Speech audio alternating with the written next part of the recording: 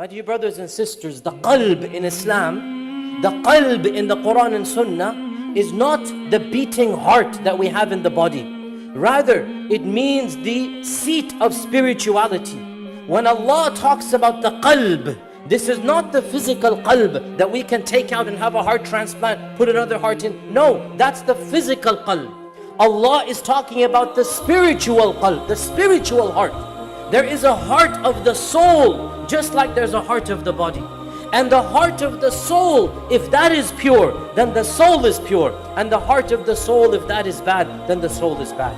And therefore, there are diseases of the heart that our Sharia tells us about, such as anger, such as arrogance, such as malice, such as selfishness. The worst disease of the heart, from which all other diseases stem, that is the disease that the Quran calls qaswatul qalb, the hardness of the heart.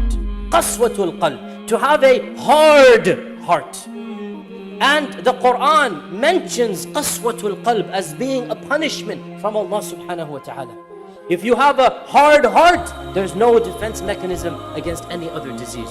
All other diseases will be found in that heart, because the defense mechanism has been destroyed. Your hearts became hard. فَهِيَ كَالْحِجَارَةِ أَوْ أَشَدُّ قَسْوَةً. Your hearts were so hard, they were harder than rocks themselves, or even more hard than rocks. This is what Allah mentions about a previous nation. In another verse, Allah Azza wa Jal says, because they broke our covenant, they didn't follow their sharia, لَعَنَّاهُمْ, we cursed them, وَجَعَلْنَا قُلُوبَهُمْ قَاسِيَةً, and we made their hearts hard. Wallahi, my dear brothers and sisters, if this was the only reference in the whole Quran and Sunnah to a hard heart, it is enough to scare us. Allah cursed them and made their hearts hard.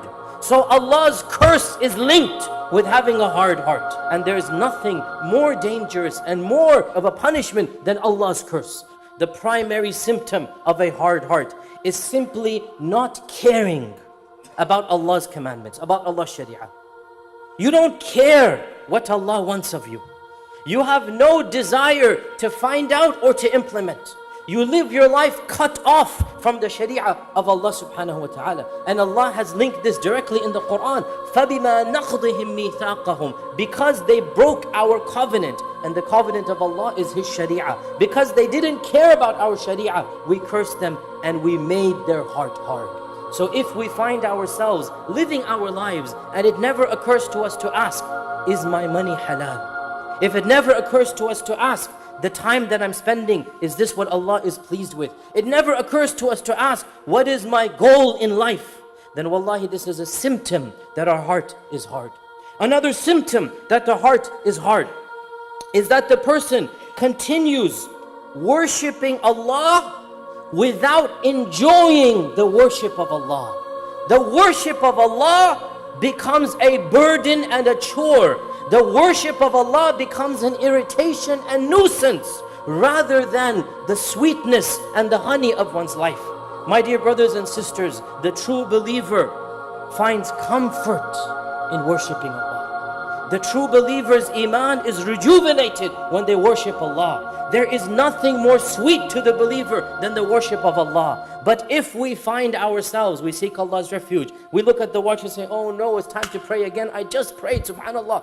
If we find ourselves dreading the month of Ramadan, if we find ourselves not wanting to do an act of worship, even if we do the act of worship, but we do it with that type of attitude, when salah becomes a nuisance, when salah becomes a chore, when salah becomes a burden, this is a symptom that we're suffering from the hardness of the heart.